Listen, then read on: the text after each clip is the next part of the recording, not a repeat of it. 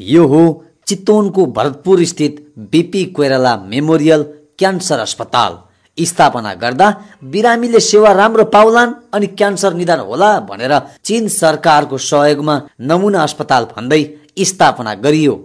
नमुना त बन्यो, बिरामी मारमा पारेर डाक्टर मालामाल हुने कारणले पो नमुना भयो। क्यान्सर अस्पतालको मेसिन बिग्रदा बिरामीले शास्ति बेहोर्न बाध्य भएका छन्। अस्पतालमा भएका अत्यावश्यक मेसिन नबनेपछि बिरामी महँगो शुल्क तिरेर निजीमा जानुपर्ने समस्यामा छन्। सल्यानबाट भाइ लालबहादुरको फोक्सोमा क्यान्सर भएपछि उपचार गर्न आएका जयबहादुर घरतीको 13,000 रुपियाँ खर्च भइसक्यो, तर उनका भाइले अझैसम्म राम्रो उपचार पाएका छैनन्। निजीमा बढी पैसा तिरेर सिटी स्क्यान गराए। क्यान्सरको सिटी स्क्यान मेसिन बिग्रिएपछि सबैले क्यान्सर अस्पताल राम्रो भनेर उनी त्यहाँ पुगेका थिए। त्यहाँ गएपछि बल्ल थाहा पाए राजनीतिले सखाप पारेछ क्यान्सर अस्पताललाई। ऋण गरेर आए पनि चिकित्सक फेला पार्न नसकेको उनले गुनासो गरे। 11 दिनभन्दा बढी भयो डाक्टरले समय नदिएको अनि ल्याएको पैसा सकिन लाग्यो। के खर्चले घर फर्कने भन्ने चिन्ता छ उनलाई। कति खर्च भयो? 50,000 रुपियाँ लिन आएको हूँ। अब 5,000 रुपियाँ मात्रै छ। अब के कता कता गयौँ, 4-5 ठाउँ गयौँ। रगत त यहीँ जाती हूँ। अस्पतालमा आउने अधिकांश बिरामी यस्तै बिलौना गर्छन्। सबै निन्याउरो अनुहारमा सेवा पाउने आशामा बसिरहेका हुन्छन्।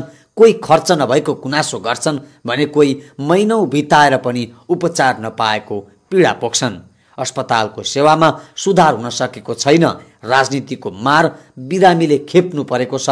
रौतहट रमौली बैरियाबाट आएका राम अवतारले अस्पतालको लापरवाहीले छोरीको अवस्था नाजुक बन्दै गएको बताए।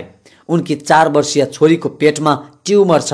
काठमाडौँको कान्ति बाल अस्पतालले क्यान्सर अस्पतालमा रेडिएसन अर्थात् सेकाइका लागि पठायो। असोज 2 मा आएका उनले असोजको 30 बितिसक्दा पनि छोरीको रेडिएसन गराउन पाएका छैनन्। चिकित्सकले सह्य नभएको बताउँदै असोज 22 मा आउन सल्लाह दिए। उनले छोरीको क्यान्सर 4थो स्टेजमा भएको बताउँदै शरीरमा फैलिसकेको छ।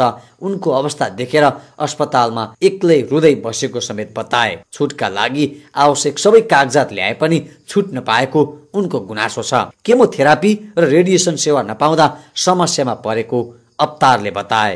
यहाँ 2 गते आएछ काठमाडौँबाट मलाई रेडिएसनको लागि पठाए थिए।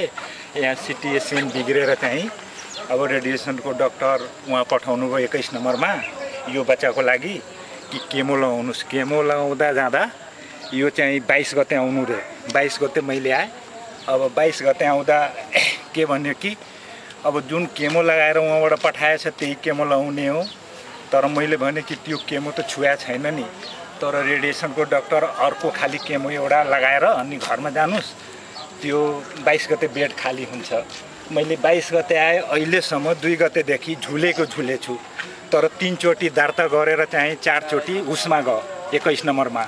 यो बच्चा 4 स्टेजमा छ, बाँच्ने खाली छैन, राम्रो बच्चालाई म उपचार गर्छु यसरी भनेर चाहिँ भन्ने। त यस्तो बच्चालाई म कसरी छोड्छु? साँझसम्म आँसु मैले भने। अब अहिलेसम्म ओल्लो मलाएछ, न केमो लागेछ न रेडिएसन गरेछ। भन्नलाई चाहिँ आज 28-29 गते भइसके। अब हेर्नुहोस् त यस्तो बच्चालाई म कसरी छोड्छु? हजुर फर्स्ट टाइममा छुटको बेलामा यसलाई चाहिँ सबै गराएछु। अस्पतालमा मेसिन बिग्रिएपछि बिरामी विभिन्न परीक्षण गराउन निजी अस्पतालमा जान बाध्य छन्। बिरामी निजीमा पठाए बापत चिकित्सक र प्राविधिकले कमिसन पाउँछन्। यस बापतको कमिसन चिकित्सकको खातामा जम्मा हुन्छ। रोग निदानमा अत्यावश्यक मेसिन बिग्रदा सम्बन्धित चिकित्सक र प्राविधिक मालामाल भइरहेका छन्। निजीमा पैसा तिर्दै बिरामी भने बेघर हुने अवस्थामा छन्। कार चढेर आएका बिरामीलाई फर्कदा रिक्सा चढ्ने पैसा हुँदैन। अस्पतालमा दैनिक 300 भन्दा बढी बिरामी आउँछन्। अधिकांशले भनेको समयमा उपचार पाउँदैनन्। उपचारका लागि माथिल्लो निकायको सोर्स फोर्स आवश्यक पर्छ। महिना दिन कुर्दा पनि बिरामीले उपचार पाउँदैनन्। कुनै बेला दक्षिण एसियाकै चर्चित कोटीमा पर्ने क्यान्सर अस्पताल अहिले आन्दोलन गर्ने, राजनीति गर्ने, बाहुबल देखाउने कोटीमा दर्जा हुन थालेको छ।